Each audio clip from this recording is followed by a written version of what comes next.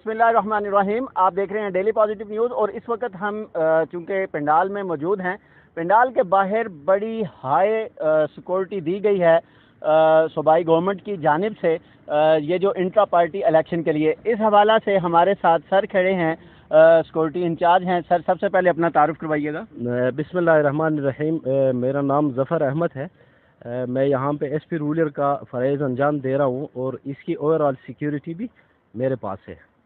Sir, बड़ी हम आते हुए देख रहे थे, बड़ी ज़बरदस्त सिक्योरिटी है।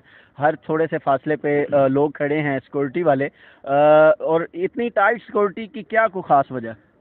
असल में रात लेट टाइम तक हमें पता नहीं चला था, वेन्यू हमारे साथ डिस्कस नहीं हुई थी। अगर ये बता देते तो शायद इस तरह सिक्योरिटी की ज़रूरत नहीं होती।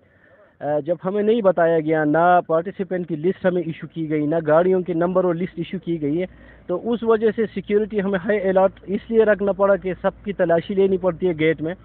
और उसकी टोटल रीज़न यही है, एक तो सूबे के हालात इतने बेहतर नहीं है, दूसरे ये कि अगर हमारे पास लिस्टें होते, हमारे पास पार्टिसिपेंट की लिस्टें मौजूद होते, गाड़ियों की लिस्टें हमारे पास मौजूद है, जो कि हम बार बार इनके साथ हमने राबिता रात को भी रखा और हमने इनको रिक्वेस्ट भी की कि हमें लिस्टें प्रोवाइड की जाए ताकि हम उन लोगों को छोड़ें और दूसरे लोगों को न छोड़ा जा सके।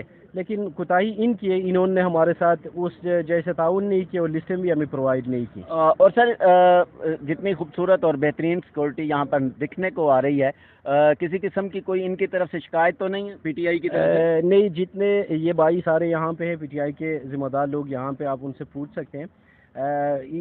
मेरे ख्याल में वो खुश इसलिए होंगे कि हम हर एक को सिक्योरिटी दे रहे हैं, तो इनको भी देना चाहिए था।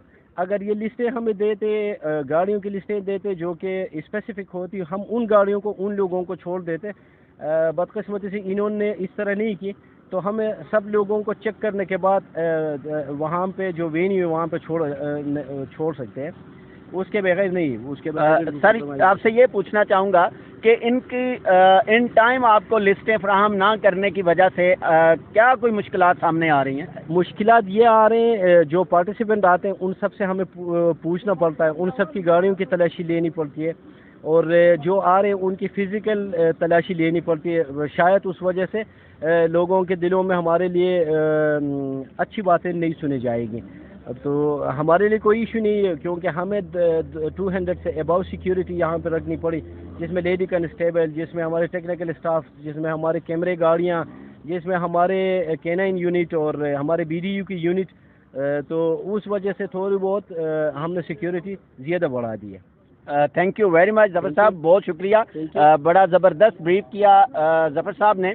हमारे कैमरामैन आपको इस वक्त दिखा रहे हैं कि किस खूबसूरत अंदाज में गवर्नमेंट ऑफ केपी ने यहाँ पर सिक्योरिटी को फ्राहम किया है। और ये हम भी देखते आ रहे हैं कि सिक्योरिटी में हर एक गाड़ी को बाकायदा चेक किया जाता है और बाकायदा गाड़ी को चेक करके उसकी जामा तलाशी ली जाती है और उसके बाद उसे इन किया जाता है।